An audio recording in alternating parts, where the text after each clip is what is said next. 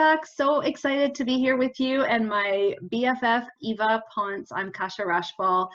We are going to be wrapping up the year. I know we've only had a couple episodes, but we're doing this our own way. So here we are. Yeah, and it feels good. We granted ourselves permission to go with our flow, and it feels good. I like it. Yeah. So the main point of this episode is, Eva and I often talk offline, obviously, and we thought, why not talk about how this year, this 2020 craziness has actually been a blessing, and where have we found joy, and focus on that end of things rather than where we hadn't found joy. So flipping things a little bit and really being intentional with our conversation today. Yeah, and I think it's important because I mean, we can all attest that 2020 has been very challenging. It has tested us to our limits, pandemic and all.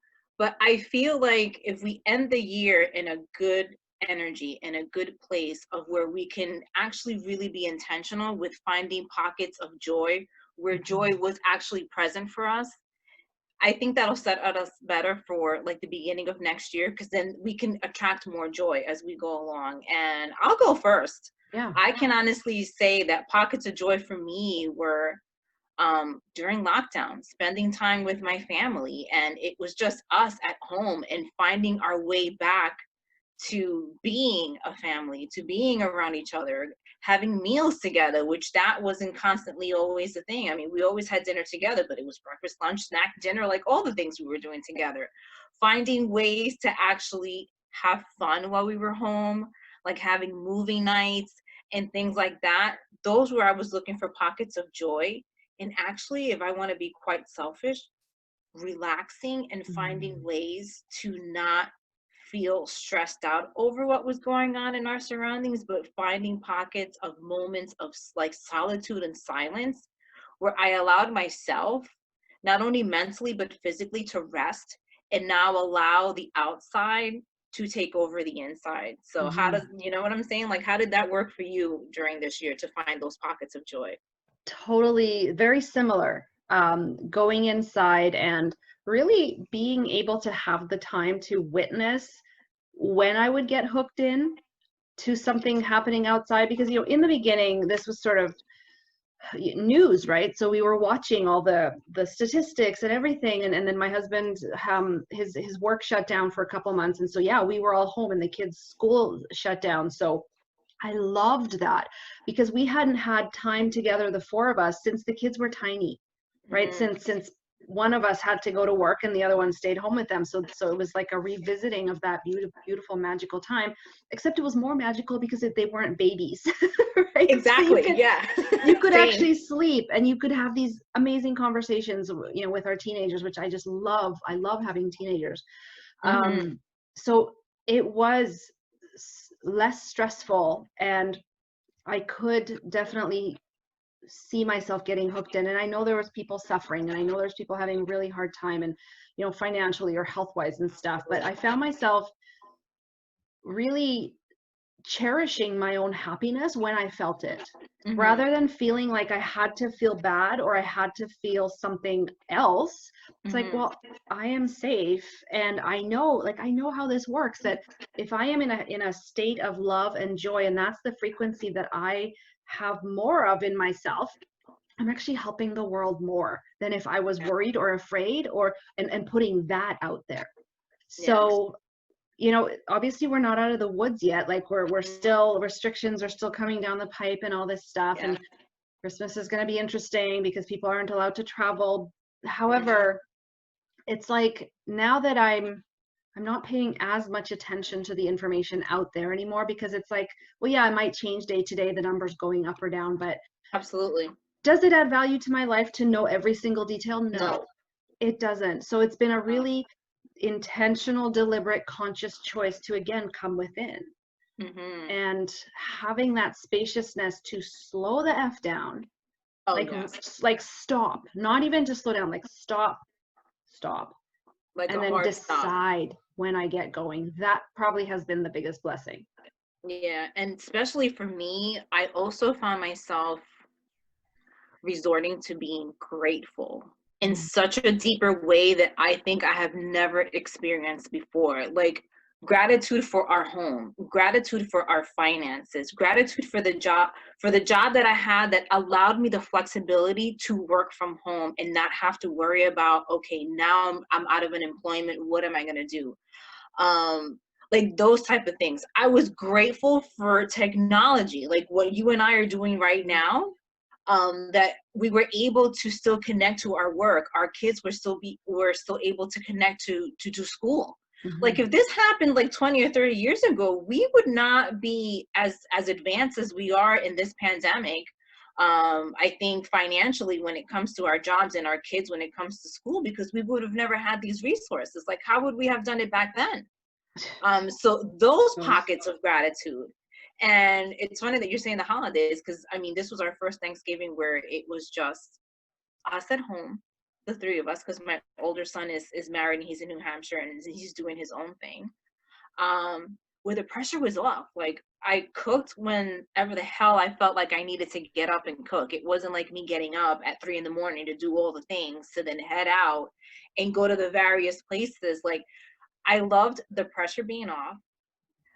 The permission I had granted myself to be in my pajamas practically the entire day until I saw it necessary for me to, you know, do what I needed to do before dinner. And like I allowed that to be such a graceful thing for us, because it gave us all the permission to just really slow down. And I think this Thanksgiving was more memorable for us because we were in a space of like ease and not stress, where normally it's stress, it's chaos. Like we always feel like we were beating the clock to get to the next place that we had to be. Like it was like all schedules off, all time off, and we just went with the flow, and it was fantastically amazing. And we're actually looking forward to Christmas being the same, where the pressure's off. Yeah. So like those moments of finding joy in those details, like I want everyone to really just like homework assignment, permission granted, to grab a piece of paper, get on your like an app, a note app on your phone, and really start counting the blessings and really start counting the moments and the things that you were grateful for during these times, and sit in that and let that be what's going to be the catalyst to push you into an amazing, fantastic 2021 without the heaviness of what would have been detrimental if we allowed, like you said, ourselves in those headspaces to constantly be checking the tickers when the news is on, being glued to the TV, like finding out all the latest about the CDC. I'm like, I find out when it's necessary. I don't go looking for the information. The information finds me when it's necessary for me to find the information. And I love that too. Right? Yeah, like, how do you feel about that? Oh my gosh, completely. Just because, you know, as a student nerd of metaphysics and neuroscience, like we know that where our focus is, that's where our energy goes. And I don't want my energy to go to worry and all of that. So I was actually thinking about what the heck was my intention for 2020. Like I could not remember my word. You know, I often pick a word, and my girlfriend reminded me that my word was generosity. And obviously, you know, when I set that intention, my intention was to be more generous, sort of out there. This year taught me a huge lesson that what I actually needed was to be more generous with myself. That's beautiful. It was such a pattern interrupt, right? Because everything stopped and we had to stay inside and stay together. Couldn't be doing all the busyness that we normally, like zipping from activities to wherever. I had to like face my own music of where do I let myself down? Where do I give too much of myself away? And now I was here with myself. So why am I still doing that? Right. And so I realized, I actually thought originally I thought my word was pleasure, but then my girlfriend's like, no, it was generosity. Do you remember? Because this year ended up being like this journey into pleasure. And I don't mean, you know, bedroom pleasure, right? I mean, just enjoying the little things. Yeah. Sensual in the five senses sense. Absolutely. What I'm surrounded with, what I eat, right? It, like you said, having the time to enjoy meals, not just like scarf them down because you have to take the kids to karate or whatever. Yeah, or to the next, or to the next, or to the next. It was Yeah. amazing. And so by being more generous with myself and by being slower with myself, having Mm-hmm. more pleasure overall in my life, I Mm-hmm. feel like now I can take that out into the world. And it has reflected in my relationships, some Mm-hmm. of which had to go. Like, just being honest, like, there was a lot of Absolutely. interrupting and walking away from things this year. And that's okay. Permission First, granted. first because it was like, well, I can't see that person, or I can't, right? But then it was like, well, actually, that's a blessing as well. So Isn't it? Like, see, yeah, those are pockets of joy. totally, totally. So I would invite our listeners to, if you do set an intention for the year, what was your intention for 2020? Revisit it and see, how did that actually end up showing up for you? Yeah. Even when you got squeezed, because inevitably, in order to land somewhat balanced in something, we got to let the pendulum swing, right, one way and the other. Mm-hmm. For me, it was like, where did I have the absence of generosity, and where did I have too much generosity? And that allowed me to figure out what my middle is. What was that for you with your word? Did you pick a word, Eva? I can't remember. Yes, and it's so oddly that I was like you, like at first I forgot, but then I reminded myself not too long ago, my word was actually surrender. And for me, it was surrender in the stress of having to meet expectations that weren't aligned with me anymore, or everyone else's expectations of where they thought I needed to be in any area of my life, in career, in business, and all the things. And I think surrender, as far as like just allowing myself to be in the moment and stop future casting and backwards tripping. And if anything, the most joyful thing this pandemic did for me is allow myself to be like marinated in what surrender was actually meant for me to have this year. So Beautiful. that was the joy for me as well, to really be intentional, to be graceful, to give myself grace, to enjoy ease without guilt, because we as women, we pour on guilt like it's the cologne of the day with everything that's going on. Okay, like Right. we need to stop bottling that shit up and thinking that that's what we have to wear, you know, because we are allowed to have simple, like you said, pleasures, allow ourselves those moments of ease, and to be mindful and intentional that when you want to have those moments of being selfish in a good way, to allow yourself time for you, that's okay, to surrender everyone else's agenda and to-do Mhm. list and create your own, like Yeah. permission granted to do that too. And I found that that word was so perfectly aligned to everything that I have gone through thus so far, as we're getting close to the end of this year, this month. And I'm going to be very intentional to take those moments of like really going through the list of what was great for me this year and pick another word and see where that word guides me, and then be intentional to know that that's where that's the compass that we all need to come back to, is that word that we pick for ourselves, and honor and respect that when you pick that word, that's where you need to be. Yeah. I love that. I love that. Mm-hmm. My word I've landed into as a result of this reflection, my word is fun. There Because you if go. there's one thing that this year has taught me, is that I didn't have enough fun. It was Mm-hmm. always like nose to the grindstone, work, work, work. Um, Stopping life and slowing down, really, yeah, all the blessings, all the, gratitudes and fun, that all the things got done. Like, for the most part, things got done. I had a garden. I had, we had freedom in our home where I live. Like, things weren't so hard. Um, but I realized, looking back over my life, that I haven't allowed fun because I thought I had to do the work. I had to, like, nose to the grindstone, work, work, work. Well, now it's like I can do both, actually. I Yeah, can do both, because if and I wasn't the only one, you weren't the only one. So many people thrived in this time, right? absolutely. Even through the hard times, so much thriving was had. Why not add fun on top of it? Yeah. So I don't know, I'm kind of, fun for me has been an interesting journey in my life. So I'm a little bit like nervous. It's a really stretchy word for me. It's not going to be easy necessarily just to have more fun for me. Might be for some Yeah. people, but Yeah, and it's funny because I think I've fallen into explore. for next year. Ooh, I like it. To me, I feel like I need to explore and be like on an exploratory journey with my personal self and see where that takes me. I'm going to be 49 years old come Yeah. next January. So I'm like that I'm almost there, my friends. So I want that other half of what life is meant to be. I want to get curious. I want to get hungry. I want to explore new things and push myself beyond my comfort zone, because I think so many times we settle ourselves into our comfort zone because it's very familiar. Mhm. I want to be able to push myself past that and see how far I can go.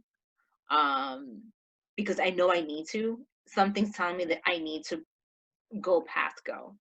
Yeah. Ooh, that gives Um, me like yes, goosebumps. I am so excited to see where this journey is going to take me. And I gave myself the permission granted to take the time that I need with no specific agenda, just allowing myself to go with the flow and letting life navigate me to what my next exploratory adventure is going to be, and really be mindful to like be saturated with the experiences and the lessons, whether they're good, bad, or indifferent, and know that I was meant to do and be and experience those things.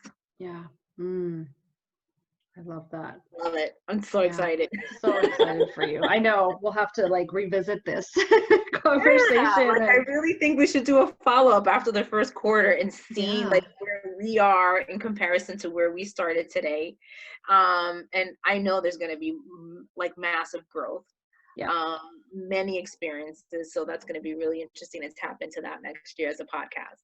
For sure. And it's probably going to be challenging still because the world, it needs to change. Like we must change. And I'm going to be talking about the numerology of next year in our next episode. So stay tuned for that. But it's going to be a year of change and disruption. So like, yeah, we can do hard things though.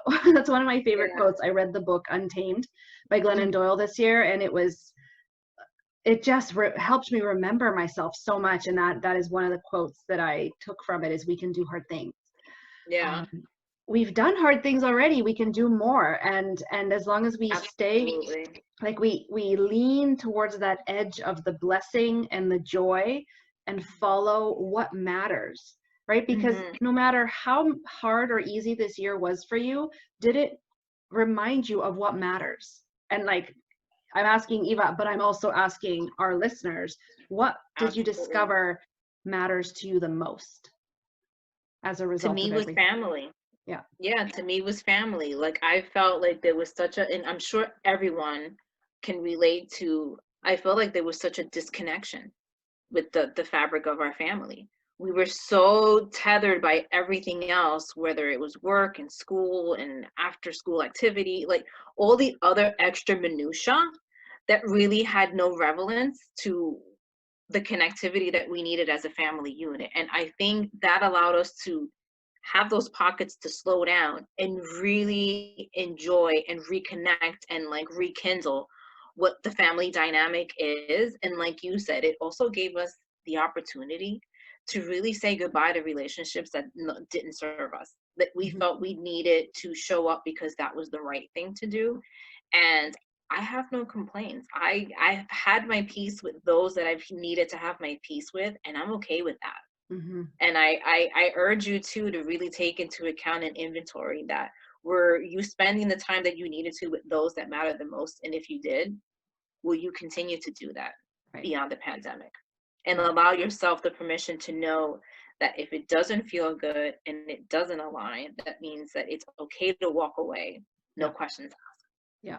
Exactly. And that's that whole permission granted to not have to explain yourself, Mm-hmm. right? Unless you're doing something maliciously, which, I don't believe there's truly malicious people. Mm-hmm. Sometimes we just get lost and Absolutely. misaligned, right? But if you're doing it from a place of love and kindness and desire to be free and to live your best life, you don't have to explain that to anyone, No, you you don't. know, No. ever. Only you have to reckon and reason with yourself and Yeah. make sure that it feels good in your skin and in your heart and in your soul and in your mindset. Everything else is secondary. You answer to yourself first and That's right. foremost before anyone else. So Yeah. permission granted on that. Yeah. Yeah, exactly. So overall, it's been such a ride. Like the scariest, the coolest roller coaster I've been on in my life. I agree. I agree. I really hope our listeners really take the time to really like sit down, find those pockets of joy and lean into that. Find yourself a word that you can align to that's going to give you good energy, good experiences, and permission granted to go with that, go with the flow, do what you need to do. And from our families to yours, we wish you the best of holidays, the most amazing best of the new year. And please stay tuned to this channel. We will have an amazing episode that Kasha and I are going to put together. Kasha's going to take the lead. I'm just going to be here supporting and taking the back seat, but she's really going to show us where the numbers are for us for the beginning of next year. So tune into that episode. Stay here, subscribe, share this link with a friend. We're going to give you guys such amazing information to really jumpstart and get ahead to an amazing 2021.